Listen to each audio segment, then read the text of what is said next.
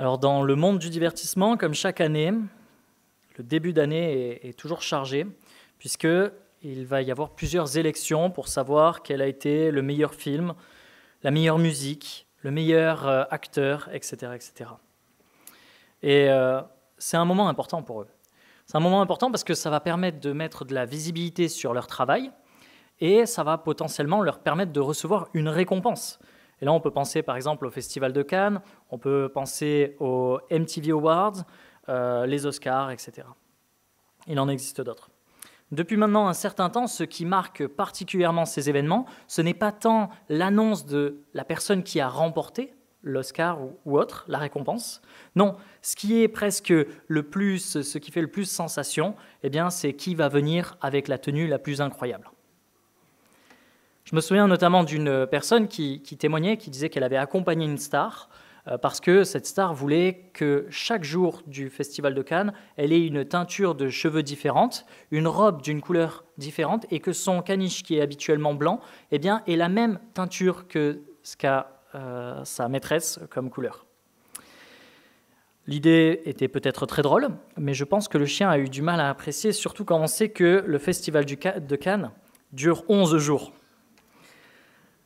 Certains arrivent à ces événements avec des tenues particulières, certains arrivent avec des coupes incroyables, des matières excentriques, mais la personne qui a certainement le plus marqué depuis, eh bien, c'est Lady Gaga, qui, une fois, est arrivée aux MTV Awards avec une robe faite de morceaux de viande. On pourrait se poser la question, mais pourquoi cette excentricité? Pourquoi cette démonstration comme ça?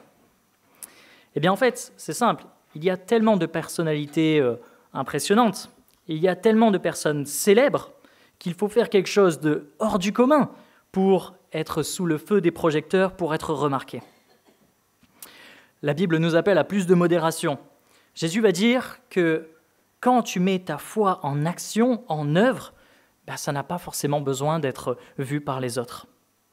Il ne dit pas qu'il ne faut pas agir, il dit que quand tu agis, eh bien, tu n'as pas besoin de le montrer à tout le monde. Alors, nous n'avons pas besoin d'être admirés par les autres si nous si nous cherchons d'abord à honorer Dieu dans notre service, dans ce que nous faisons. Je vous propose de prendre Matthieu chapitre 6, versets 1 à 18, et ça sera dans la version Colombe que la parole va être affichée. Ce sera Matthieu chapitre 6, à partir du verset 1, et je vais dire « Gardez-vous de pratiquer votre justice devant les hommes pour en être vus. Autrement, vous n'aurez pas de récompense auprès de votre Père qui est dans les cieux. Quand donc tu fais l'aumône, ne sonne pas de la trompette devant toi comme font les hypocrites dans les synagogues et dans les rues, afin d'être glorifiés par les hommes. En vérité, je vous le dis, ils ont reçu leur récompense. Mais quand tu fais l'aumône, que ta main gauche ne sache pas ce que fait ta main droite, afin que ton aumône se fasse en secret, et ton Père qui voit dans le secret te le rendra. Lorsque vous priez, ne soyez pas comme les hypocrites, qui aiment à prier debout dans les synagogues et au coin des rues pour se montrer aux hommes. En vérité, je vous le dis, ils ont reçu leur récompense. Mais toi, quand tu pries, entre dans ta chambre, ferme ta porte et prie ton Père qui est dans le lieu secret, et ton Père qui voit dans le lieu te le rendra. Dans le secret, te le rendra. Verset 7. En priant, ne multipliez pas de vaines paroles comme les païens qui s'imaginent qu'à force de paroles, ils seront exaucés. Ne leur ressemblez pas, car votre Père sait de quoi vous avez besoin avant que vous le lui demandiez. Voici donc comment vous devez prier. Notre Père qui es aux cieux, que ton nom soit sanctifié, que ton règne vienne, que ta volonté soit faite sur la terre comme au ciel. Donne-nous aujourd'hui notre pain quotidien. Pardonne-nous nos offenses comme nous pardonnons aussi à ceux qui nous ont offensés. Ne nous laisse pas entrer dans la tentation, mais délivre-nous du malin, car c'est à toi qu'appartiennent dans tous les siècles le règne, la puissance et la gloire. Amen. Si vous pardonnez aux hommes leurs fautes, votre Père céleste vous pardonnera aussi. Mais si vous ne pardonnez pas aux hommes, votre Père ne vous pardonnera pas non plus vos fautes. Lorsque vous jeûnez, ne prenez pas un air triste comme les hypocrites. Ils se rendent le visage tout défait pour montrer aux hommes qu'ils jeûnent. En vérité, je vous le dis, ils ont leur récompense. Mais toi, quand tu jeûnes, parfume ta tête, lave ton visage, afin de ne pas montrer aux hommes que tu jeûnes, mais à ton Père qui est là dans le lieu secret. Et ton Père qui voit dans le secret te le rendra. Voici la parole de Dieu que nous allons étudier ce matin. C'est la suite du sermon sur la montagne de Jésus. Et nous arrivons à une partie où il est question de discipline qui est visible. Des disciplines visibles. Et Jésus nous dit une chose, c'est que nous devons vivre notre foi sans fanfare. Je vous propose d'étudier ce texte avec 3 points. Premièrement, les signes de la piété. Deuxièmement, nous allons voir les raisons de la piété. Et troisièmement, les récompenses de la piété. Commençons donc notre premier point, les signes de la piété. Jésus va décliner cet enseignement en parlant de 3 signes de piété. La piété, c'est quoi ? La piété, c'est l'attachement, la volonté d'accomplir, de mettre en œuvre sa foi. Il va parler de 3 éléments de piété. Premièrement, l'aumône, la prière, le jeûne, qui étaient les 3 composants principaux de la piété juive. Et il commence par l'aumône. L'aumône est un des fondements de la religion juive, et Dieu a donné un certain nombre de lois pour rééquilibrer les inégalités sociales et économiques qu'il y avait dans le peuple. Et l'aumône fait partie de ces lois pour aider dans ce sens. Au travers de l'aumône, Dieu montre aux hommes qu'il a été généreux. Dieu montre qu'il a été généreux, et c'est puisque Dieu a été généreux envers nous, il nous demande, nous aussi, d'être généreux. C'est une réponse à Dieu. Alors, on ne sait pas exactement comment était pratiquée l'aumône à l'époque. Mais quand même, Jésus nous parle de trompettes dans la rue et dans les synagogues. Alors peut-être que la scène se passait comme ça. Il y avait une personne très riche qui avait par exemple des serviteurs et qui demandait à son serviteur « Va sur la place du village, tu sonnes de la trompette, tu dis à tout le monde « Venez, il y a un homme riche qui va venir faire l'aumône. » Et du coup, ça a ramené tout le monde. Et une fois que tout le monde était là, l'homme riche arrivait puis dispensait comme ça son aumône. Peut-être que c'était comme ça. Peut-être aussi qu'à l'époque, dans les synagogues, il était annoncé à voix haute le don qui était fait, l'aumône qui était faite.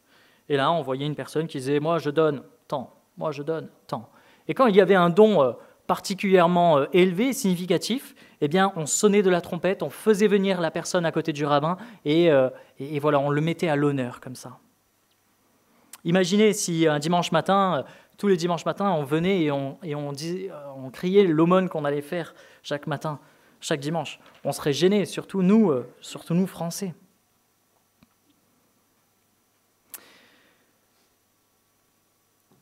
Et en fait, on en rigole de cette situation, mais rappelons-nous, je le décris dans certaines églises, c'est le cas. Dans certaines églises, on voit l'accent sur le don et une démonstration comme ça excessive du don. Je suis déjà rentré dans des églises catholiques où, vous savez, sur des statues, il y a en dessous une petite plaque.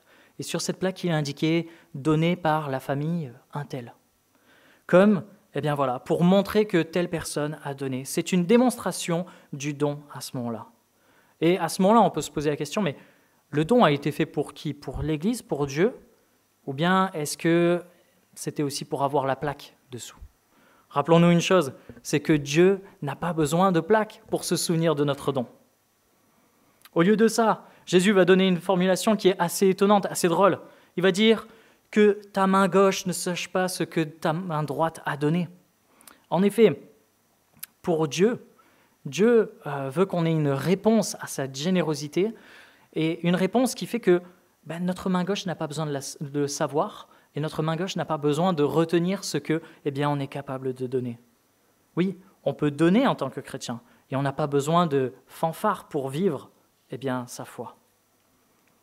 L'aumône n'était pas le seul signe de piété qui avait été détourné du temps de Jésus, il y avait la prière aussi. Certains, apparemment, aimaient prier pour que ça soit vu.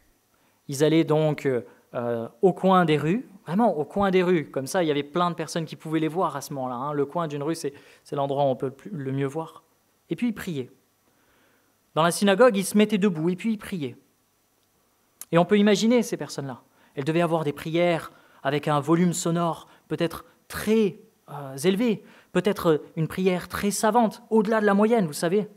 Et à ce moment-là, ce qui était fait, c'est tout était fait pour qu'on ne les rate pas. Et ici, Jésus ne critique pas nécessairement toutes les prières.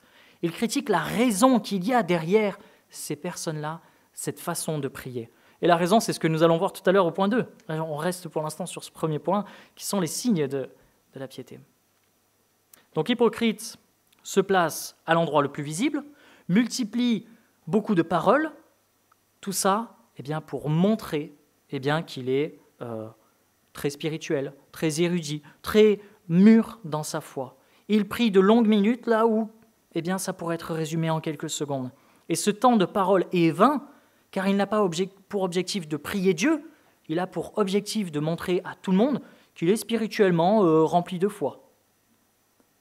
Et Jésus va critiquer ça. Mais Jésus ne critique pas toutes les prières. Il ne critique pas toutes les fois où on est persévérant dans la prière. Au contraire, puisqu'il y a notamment la parabole de la veuve et du juge injuste. Vous savez, ce juge injuste qui, parce que la veuve insistait, le juge injuste a quand même répondu à la demande de la veuve. Et Jésus donne cette explication. Si le juge injuste, à force de persévérance, a répondu, Dieu qui lui est juste, Dieu qui lui est bon, va répondre. Et donc c'est pour ça qu'il faut une persévérance. Mais ici, ce n'est pas ça.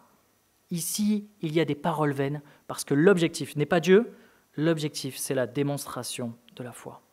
Alors Jésus va nous donner un modèle de prière, et c'est un modèle de prière qui est génial, que l'on reprend très souvent, c'est la prière du Notre Père. Cette prière est pourtant simple, mais elle montre la foi sincère de Christ. Et c'est pour nous une recette pour alimenter nos prières, parce que c'est une belle prière. En fait, ce qu'on voit dans cette prière du Notre Père, verset 10, il commence par de l'adoration. Je relis. Que ton nom soit sanctifié, que ton règne vienne, que ta volonté soit faite sur terre comme au ciel. Jésus commence par une adoration. Deuxièmement, Jésus continue par une requête. Donne-nous aujourd'hui notre pain quotidien. Troisièmement, il en vient à la repentance et à la réconciliation. Pardonne-nous nos offenses, comme nous pardonnons aussi à ceux qui nous ont offensés. Et puis ensuite, il demande une protection. Il dit « Ne nous laisse pas entrer dans la tentation, mais délivre-nous du mal, car c'est à toi qu'appartiennent, dans tous les siècles, le règne, la puissance et la gloire. Amen. » Voici une prière qui est simple, mais c'est une prière qui est suffisante. Jésus n'a pas multiplié les paroles. Jésus n'a pas prié à ce moment-là au coin de la rue. Non, mais il a fait une prière qui est profonde, qui est belle. Autre chose, c'est que Jésus, pour la prière, nous conseille de prier dans le lieu secret d'une chambre. Fermer la porte et puis prier à cet endroit-là. Pourquoi ? Parce que seul Dieu sait à ce moment-là la vie de prière de cette personne. Il n'y a pas besoin de fanfare pour vivre sa foi. Troisièmement, Jésus c'est le 2,5. Jésus va parler du pardon. Il va dire que on va pardonner, si on pardonne, on sera nous-mêmes pardonnés. En fait, le pardon, c'est quoi ? Le pardon, c'est difficile de le démontrer. Le pardon, c'est quelque chose qui se fait dans la sincérité du cœur et qui ensuite rejaillit. Et Jésus est en train de parler de différents sujets, mais là il parle du pardon entre la prière et justement le jeûne. C'est pour montrer encore une fois que le pardon, c'est quelque chose qui est discret, mais qui est pourtant nécessaire. Et il va développer au chapitre 7 ensuite le pardon. Ok, maintenant la troisième discipline, comme je vous ai dit, le pardon, c'est le 2,5. Il passe assez rapidement sur ce sujet-là. La troisième discipline, c'est le jeûne. La définition du jeûne, c'est quoi ? C'est se priver de quelque chose, d'un aliment notamment, afin de se consacrer à Dieu. Le jeûne était très courant à l'époque de Jésus dans la loi juive. Et là, il est dit, Jésus va critiquer le fait de ceux qui viennent avec une mine défaite. Vous savez, on peut imaginer la situation, parce que parfois on tombe aussi dans ces penchants, il y avait des personnes qui, pour montrer qu'ils étaient en plein exercice de leur foi, eh ben, ils montrent une mine défaite, comme quoi c'est dur, comme quoi c'est pénible, comme quoi, etc. Mais on le fait pour Dieu, donc c'est parti, etc. Mais en fait, cette démonstration de c'est pénible, c'est dur, eh bien, c'est aussi un peu pour se faire plaindre. C'est aussi un peu pour montrer quelque part, regardez, moi je suis discipliné, moi je suis mûr dans ma foi. Et Jésus nous encourage à faire mieux. Jésus nous encourage à avoir le contre-pied. Démontre que tout va bien ce jour-là. Démontre que vraiment c'est un beau jour celui-ci. Là où certains vont démontrer que c'est quelque chose de pénible, eh bien toi, parfume-toi, lave ton visage, présente-toi bien, parce que eh bien, tu ne le fais pas pour que les hommes s'en aperçoivent, tu le fais pour que Dieu s'en aperçoive et que ça soit comme un sacrifice de bonne odeur à Dieu. J'ai souvenir d'un ami à l'IBG qui, chaque lundi midi, ne venait pas à la cantine parce que, je le savais, il me l'avait dit, il jeûnait et priait. Et je me souviens que c'était un jour où il mettait particulièrement du déodorant. On n'avait pas de parfum à l'IBG, c'était trop cher, mais il mettait du déodorant. Et quand je le voyais le matin sentir le déodorant, quand je ne le voyais pas le midi, etc., je savais que ce jour-là, ce midi-là, eh ben, il prenait ce temps avec Dieu. Et littéralement, il voulait que personne ne se rende compte qu'il jeûnait.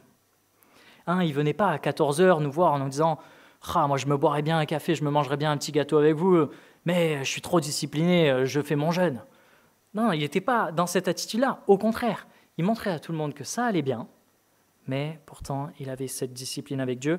Et moi, je me réjouissais pour mon frère qui passait un bon moment à ce moment-là. Voilà 3 exemples des signes de piété qui sont bons, mais qui, à cause du péché de l'homme, eh bien, peuvent le détourner et en faire un mauvais usage. Alors, je vous propose de passer au deuxième point, qui sont les raisons de la pratique de la piété.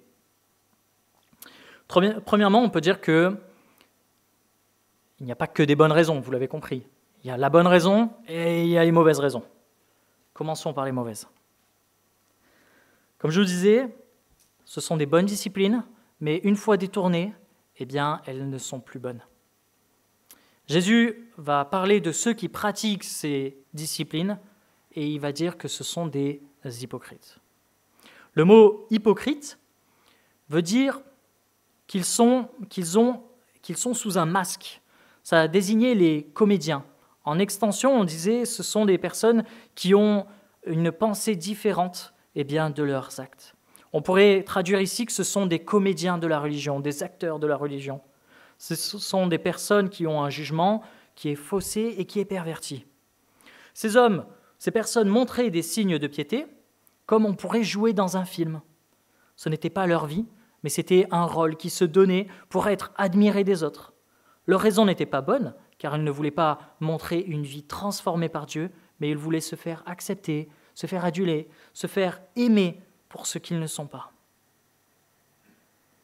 Mais je me suis posé la question, est-ce que c'est une mauvaise chose? Est-ce que c'est forcément une mauvaise chose que de démontrer sa vie de piété? Pas forcément.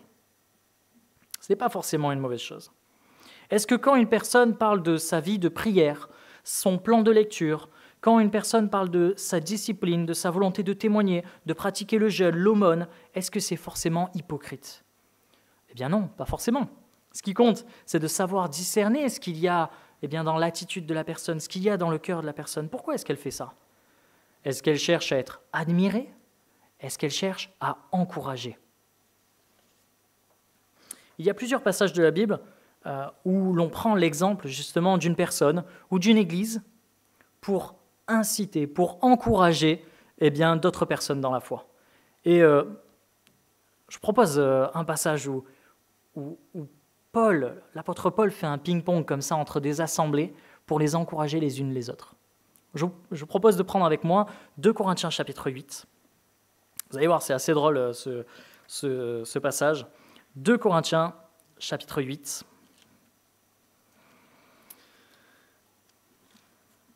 Alors, 2 Corinthiens c'est après Romains, et le 2 c'est après le 1. Hop. 2 Corinthiens chapitre 8, versets 1 à 5. Nous faisons, donc là c'est Paul qui parle aux Corinthiens. Nous vous faisons connaître, frères, la grâce de Dieu qui s'est manifestée dans les églises de la Macédoine. Quoique très éprouvés par des tribulations, leur joie débordante et leur pauvreté profonde ont produit avec abondance de riches libéralités selon leurs possibilités.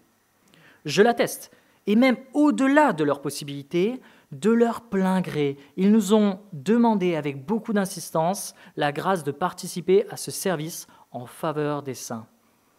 C'est plus que nous avions espéré. Ils se sont d'abord donnés eux-mêmes au Seigneur et à nous par la volonté de Dieu. Donc, Paul parle aux Corinthiens des Macédoniens. Les Macédoniens ont souhaité à un moment donner de l'argent. Enfin, actuellement, souhaitent donner de l'argent. Ok ? On retient juste ça. Chapitre 9, verset 2. 2 Corinthiens, chapitre 9, verset 2. Paul est toujours en train de parler aux Corinthiens. « Je connais en effet votre bonne volonté dont je me glorifie à votre sujet. Auprès des Macédoniens, l'Achaïe c'est la région où se situe Corinthe, l'Achaïe est prête depuis l'année dernière et votre zèle a stimulé la plupart. » Ok, donc là, je ne veux pas vous perdre. Là, Paul est en train de dire que l'Achaïe, la région où il y a Corinthe, a encouragé les Macédoniens. Ok ? Et puis maintenant, passons à 1 Thessaloniciens, chapitre 1. Thessaloniciens, c'est juste après Colossiens. Thessaloniciens, chapitre 1, versets 6 et 7. Vous êtes devenus nos imitateurs et ceux du Seigneur en recevant la parole au milieu de beaucoup de tribulations avec la joie de l'Esprit Saint. Ainsi, vous êtes devenus un modèle pour tous les croyants en Macédoine et en Achaïe. Ok, on retrouve de nouveau la Macédoine et l'Achaïe. Donc, je résume maintenant de tous ces textes qu'on a vus. Les Thessaloniciens, ça a été une des premières églises que Paul a fondées. Ça a été un modèle. Les Thessaloniciens ont été un modèle pour les églises de l'Achaïe, et notamment Corinthe, et aussi pour la Macédoine. Ensuite, les Corinthiens ont voulu faire un don. Et ça a motivé. Ça a motivé qui ? La Macédoine. Et ensuite, quand les Corinthiens hésitent à donner, un an après ils hésitent, eh bien Paul leur rappelle que maintenant c'est les Macédoniens qui sont super encouragés et qui veulent donner. Et du coup, il va falloir que l'église de Corinthe, de l'Achaïe, eh bien, soit de nouveau motivée. Parce que la Macédoine a dépassé. Voyez, ce ping-pong que fait Paul, eh bien, entre les assemblées, il veut les encourager. Il veut leur dire, oui, ils sont passés par des moments d'épreuve, des moments de difficulté. Il veut rappeler leurs bonnes actions. Et c'est parce qu'ils ont eu ces bonnes actions, pas pour les admirer, mais pour encourager le plus grand nombre à servir le Seigneur. Mais il n'y a pas que cet exemple dans la Bible où on voit que des personnes sont citées, non pas pour les admirer, mais pour encourager. 1 Timothée, chapitre 5, verset 11, je le lis juste, pas besoin de le prendre. C'est Paul qui veut encourager Timothée et il lui dit « Je garde le souvenir de ta foi sincère, cette foi qui se trouvait déjà chez ta grand-mère Loïs et ta mère Eunice.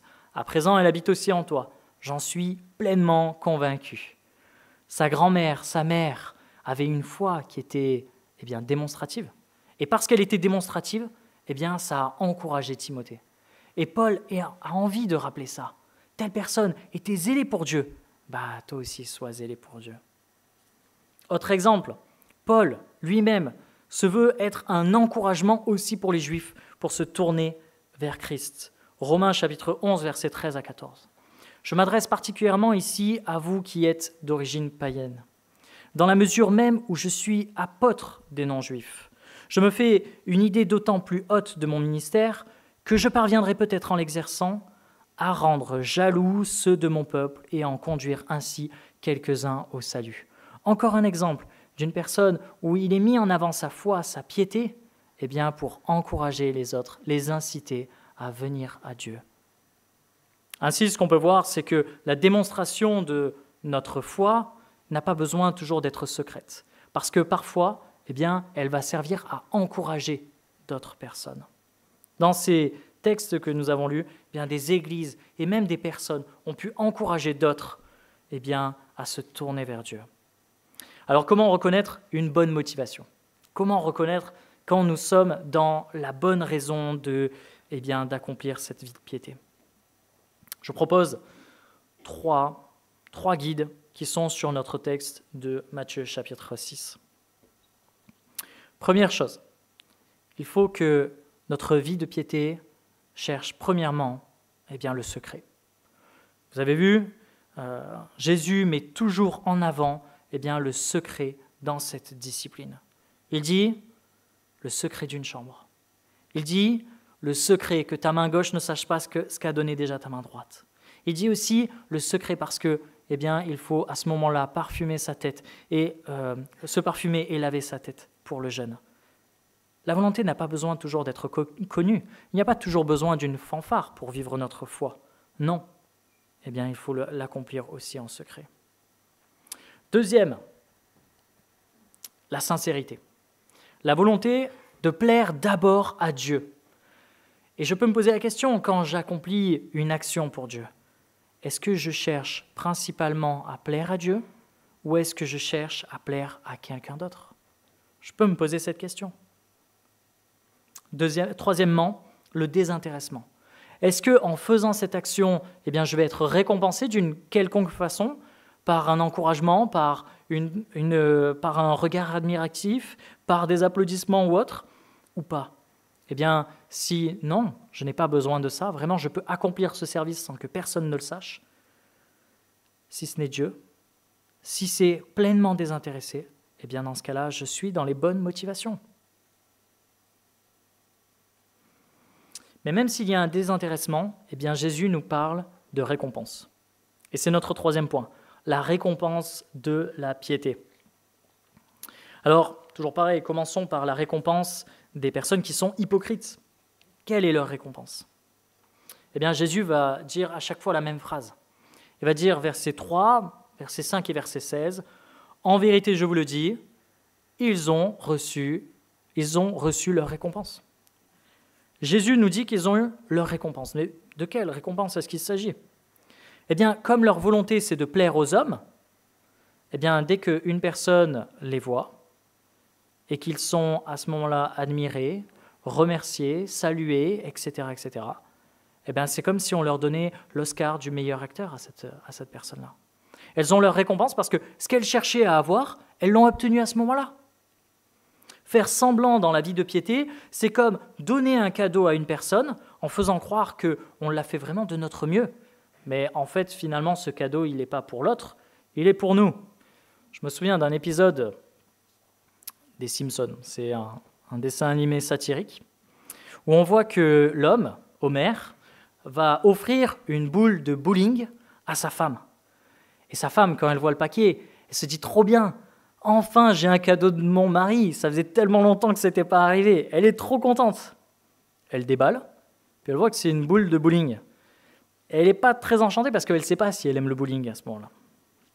Mais elle est complètement déconcertée quand elle voit que son mari prend la boule de bowling et part avec ses amis faire une partie de bowling sans elle. En fait, il voulait deux choses.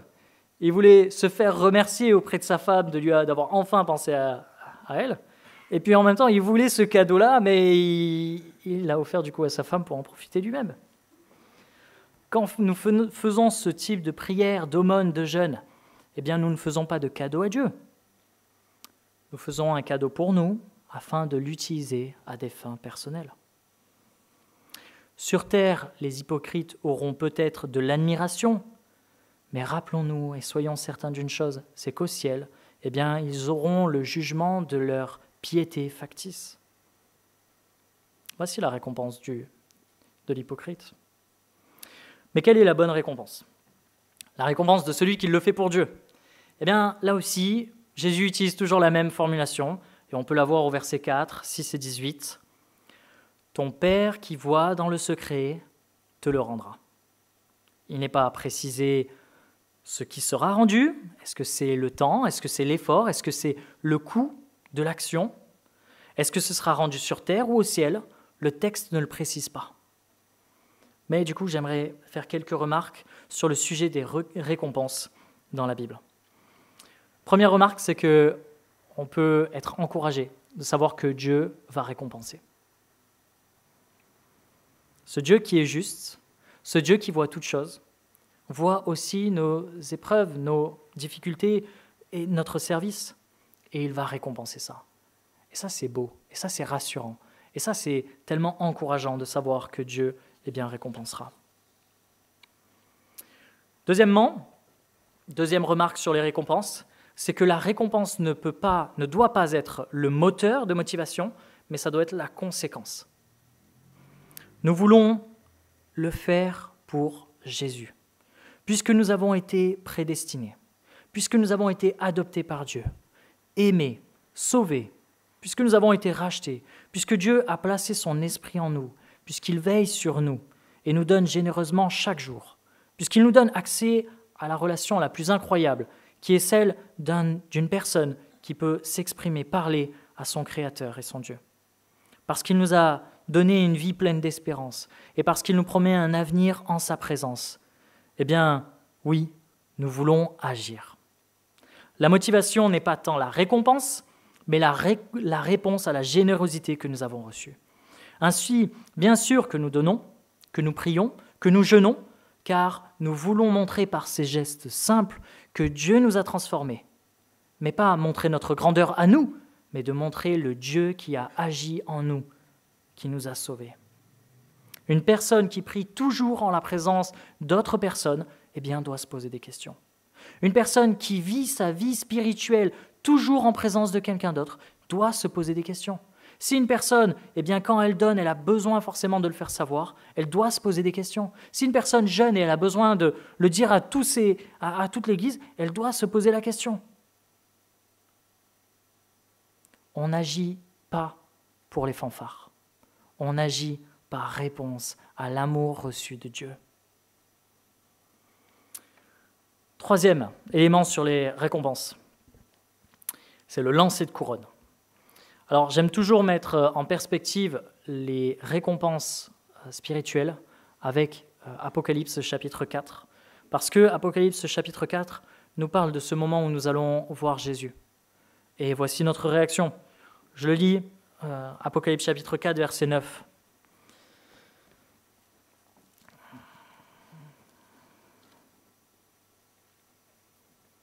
Apocalypse chapitre 4, verset 9. « Et quand les êtres vivants rendront gloire, honneur et action de grâce à celui qui est assis sur le trône, à celui qui vit au siècle des siècles, les 24 anciens se prosterneront devant celui qui est assis sur le trône. Ils adoreront celui qui vit au siècle des siècles, et ils jetteront leur couronne devant le trône en disant « Tu es digne, notre Seigneur et notre Dieu, de recevoir la gloire, l'honneur et la puissance, car tu as créé toutes choses, et c'est par ta volonté qu'elles existent et qu'elles furent créées. » Quand nous allons venir devant le trône où siégera Jésus, nous allons voir la couronne que nous avons reçue, cette couronne spirituelle qui nous aura été donnée. Et nous allons voir que cette couronne est bien lourde. Nous allons bien voir que cette couronne ne nous convient pas. Pas parce que physiquement elle ne convient pas. Non. À ce moment-là, on prendra conscience que ce n'est pas grâce à nos efforts que nous avons remporté la couronne. Ce n'est pas grâce à nos efforts que nous avons la victoire. Mais c'est parce que Jésus s'est premièrement sacrifié pour nous et a agi en nous. Cette couronne, nous allons la voir et nous allons dire « Je ne la mérite pas, puisque c'est Jésus qui m'a fait cette grâce. » Et nous allons prendre cette couronne et nous allons essayer de la rapprocher le plus près de Jésus en disant, comme ces personnes, « Tu es digne, notre Seigneur et notre Dieu, de recevoir la gloire, l'honneur et la puissance. » À ce moment-là, on comprendra que la couronne, on ne la mérite pas. C'est Jésus qui la mérite. On l'a reçue, mais c'est pour lui apporter, c'est pour lui la déposer. Alors, ce que je peux te dire en conclusion, et Mag, si tu veux venir t'approcher pour le piano, ce que je peux dire en conclusion, c'est que en tant que chrétiens, nous sommes appelés à agir. Non pas pour attirer l'attention, l'admiration, mais pour montrer notre sincérité et notre amour à Dieu. Nous n'avons pas besoin de fanfares qui nous accompagnent et qui nous encouragent à chaque bonne œuvre, à chaque bonne action, à chaque bonne attitude. Non. Et parfois même, il nous arrivera que les gens ne le voient pas et ne sachent pas ces bonnes actions. Et peut-être qu'on nous reprochera de dire « Mais pourquoi est-ce que tu ne fais pas ça ?» Mais en fait, on le fait, mais c'est juste les personnes ne le voient pas. La plus belle des récompenses que l'on peut avoir, c'est celle de servir un Dieu tout-puissant, un Dieu qui a montré son amour et à qui on veut montrer nous-mêmes notre amour, jour après jour. Alors mes frères et sœurs, pourquoi servons-nous ? Je vais prendre un temps de silence et puis je vais prier. Seigneur Dieu, on veut te dire merci encore pour ta parole. Merci pour ce cadeau que tu nous fais en Christ, parce que tu nous unis à toi, parce que tu ne veux pas qu'on soit hypocrite, que l'on fasse semblant, mais qu'on vienne sincèrement à toi. Que l'on agisse, oui, mais qu'on le fasse sincèrement. Seigneur, tu nous proposes mieux que la gloire et l'admiration que l'on pourrait avoir des autres. Seigneur, tu nous proposes tellement plus.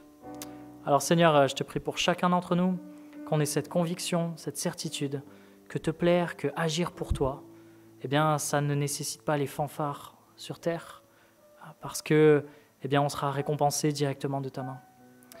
Seigneur, aide-nous par la foi à savoir que cela est suffisant. Aide-nous, Seigneur, à agir pour nos frères et sœurs, à bien faire, Seigneur, pour ta volonté, par reconnaissance, Seigneur, pour ton œuvre. Merci de bénir ton Église à Istres, Seigneur. Sois loué et sois glorifié. Amen.